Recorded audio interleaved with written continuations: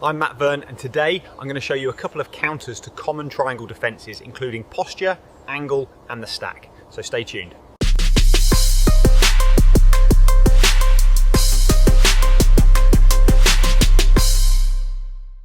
Okay guys, I'm here. I got my partner in a trap triangle, and my goal is to get the arm across so that I can close the space off between the shoulder and the neck, control the posture. We cut our angle. We lock this triangle nice and tight with this angle. A common defense that Dane would want to do in this position is to create space back here against the side of the neck. So what he wants to do is he wants to square back up with me.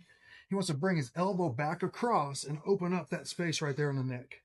In a good way, he can do that is by wrapping around my hip in this position here. And this is very tempting. What a lot of times people will do is this is like giving me the opportunity to try an omoplata. A lot of people will bail out on the triangle to go for the omoplata. But if you know this trick, you can break through this defense and still get your triangle. So in a scenario like this, I'm going to control my partner's head, and then I'm going to switch to a reverse triangle. Once I lock this, guys, if you get here, sometimes you can get the partner to tap. Somebody in your academy will tap to this. But generally what happens is it applies a shoulder pressure whenever I squeeze my knees together here. And he could tap to the choke, he could tap to the shoulder here.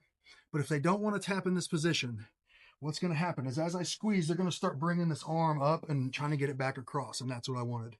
When they do that, I capture that elbow, drag it across, control the posture, and then switch back to my front triangle for the finish.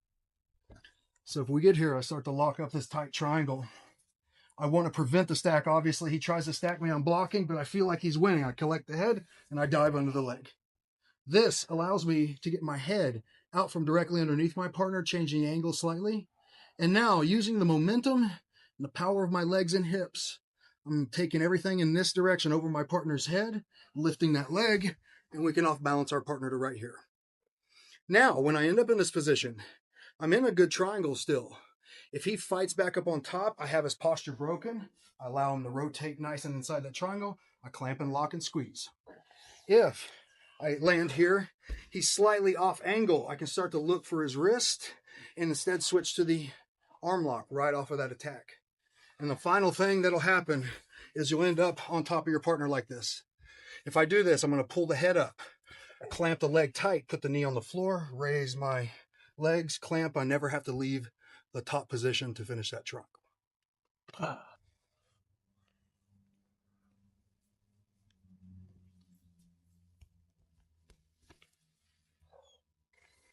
Another problem you're going to run into is when your partner has strong posture.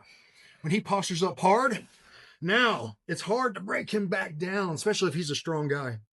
So right here, we can use a little trick where we can force it off balance backwards and make him lose his balance. We can either take the top position and finish, or we'll just pull him back in. We'll have his posture broken. I'm first going to raise my hips up off the mat. I'm going to go up onto one shoulder. And now I'm going to use my two hands above my shoulders here to help lift myself off the mat so I can do a hard hip thrust. In this scenario, you can also hit the regular triangle, the mounted triangle, or the arm lock, depending on how they react.